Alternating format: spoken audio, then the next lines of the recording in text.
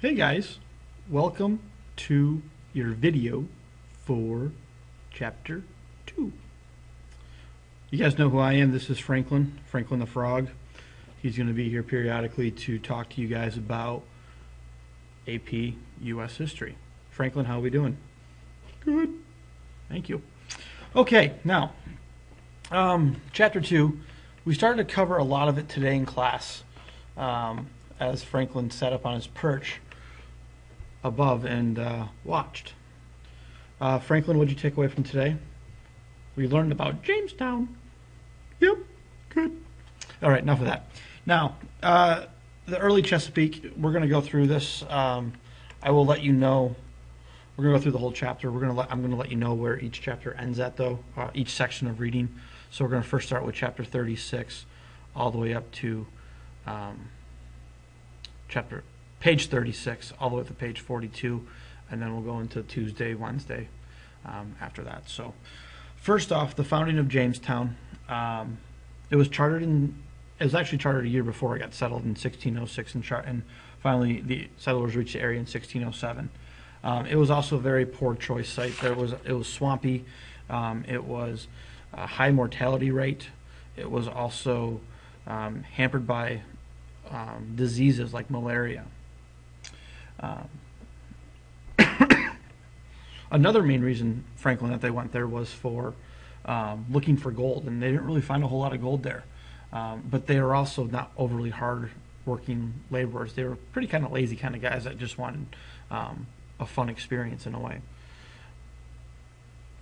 Captain John Smith took over leadership in 1608, and reorganization started in 1609. Sorry. The London Company, the Virginia Company, enlarged the venture in 1609. Started try to expand the area a little bit, Franklin, so you could expand out like that.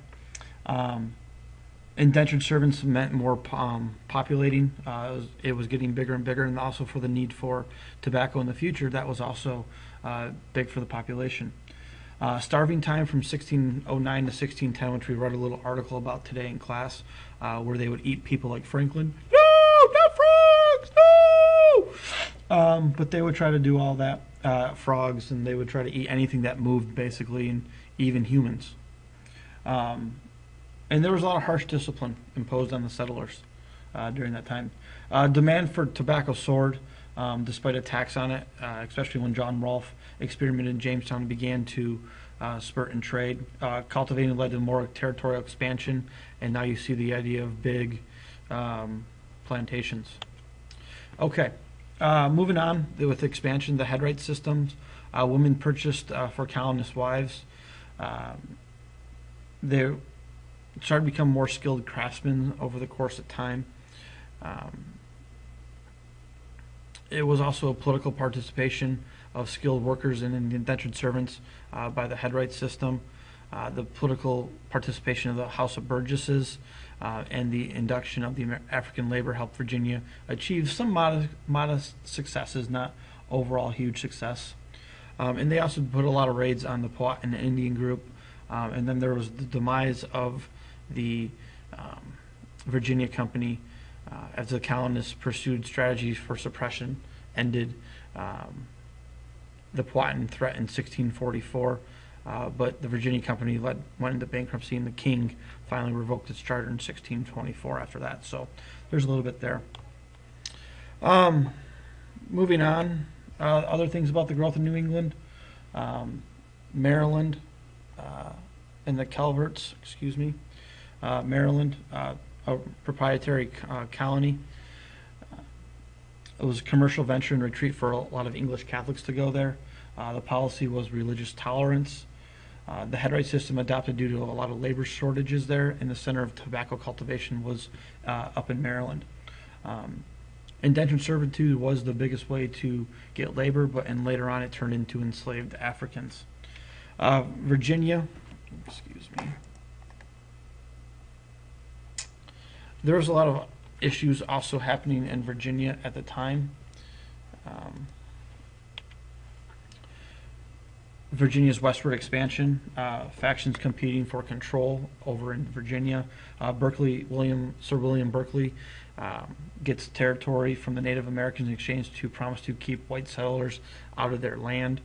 And then Bacon's Rebellion were western landowners versus the eastward Tidewater region, which were a little bit more well off, a little bit more higher on the social scale. Nathaniel Bacon was a wealthy, well-educated farmer with large land holdings, and he was a political enemy of Berkeley. The results of Bacon's Rebellion struck out against the Native Americans on the western boundary, and Berkeley took his challenge to authority, and Bacon turned eastward towards Jamestown. Ultimately, the western boundary expanded, and we'll talk about the Proclamation Line of 1763 later. Boundaries between the Native Americans and white settlers were one of the biggest significance that came out of there. Failure to abide by any agreement, and the bitterness between the eastward and western landowners. And a shift, and there's now a bigger shift towards enslaved laborers. So that's your reading for tonight. And now we'll get into the growth of New England in a second. I'm going to pause for a second. Okay, we're back. Franklin had to take a little nap. He was getting a little tired from all of his work he had to do today, which he really didn't do anything. Just sat there. But don't tell him that. Moving into the restoration of the colonies. The growth of New England. That's where I want to start. The growth of New England. And Tuesday in class, we're going to be looking at the Plymouth Plantation and how that was different from the plantation that happened in the South with Virginia. The colonies, there's two different areas and two different ways that they were created. Obviously, the Plymouth Plantation was separatist from the Church of England. The Mayflower Compact that they signed brought together I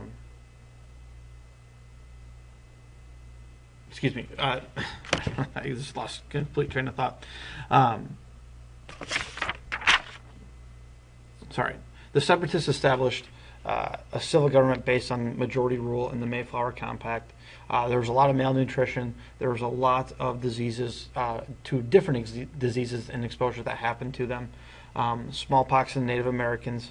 The Massachusetts Indians were more willing to accept the European settlers than they were in the South, and the Powhatans, because disease had weakened them, even with assistance from friendly Indians such as like Squanto.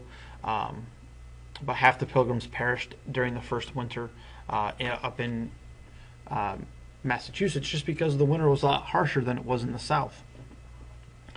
The Massachusetts Bay Experiment, otherwise wanted to colonize Puritan merchants, were created by the Massachusetts Bay Company, which was a business venture and religious motivation behind it. There were multiple new settlements from all throughout the Northeast. John Winthrop in the politics of governing the city upon a hill theocracy, of bringing everything together under one roof and not having separation between church and state. The conform of the existing religious practices or move on. Rhode Island was created by Roger Williams because he wanted to have separation of church and state, because he was banned from Massachusetts in 1635 for his thoughts on that. Settlers and natives.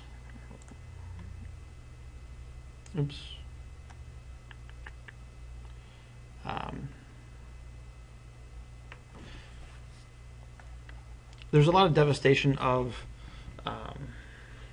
the religious practices, devastation of the Native American population, the agriculture techniques adopted by the settlers and Native Americans and used the Native Americans as markets for manufactured goods.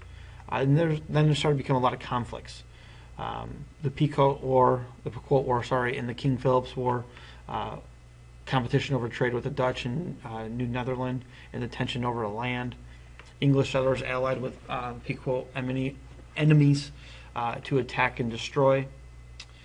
In Massachusetts, there was Massachusetts versus the Wampungungs.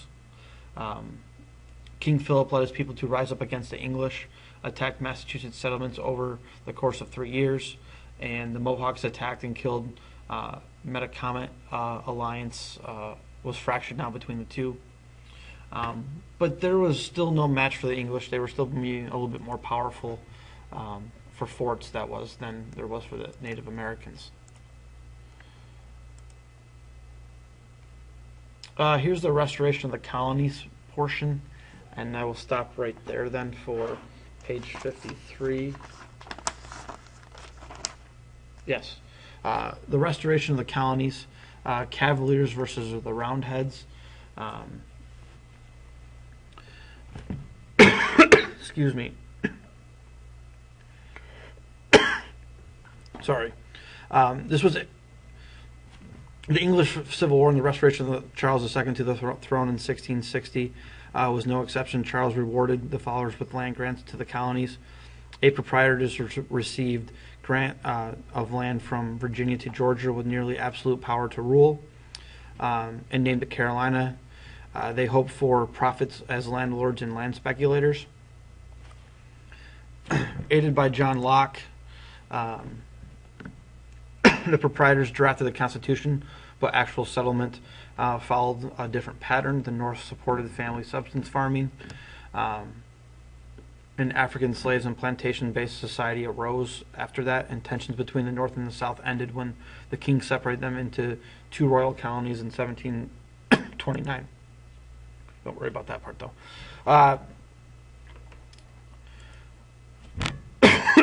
Excuse me.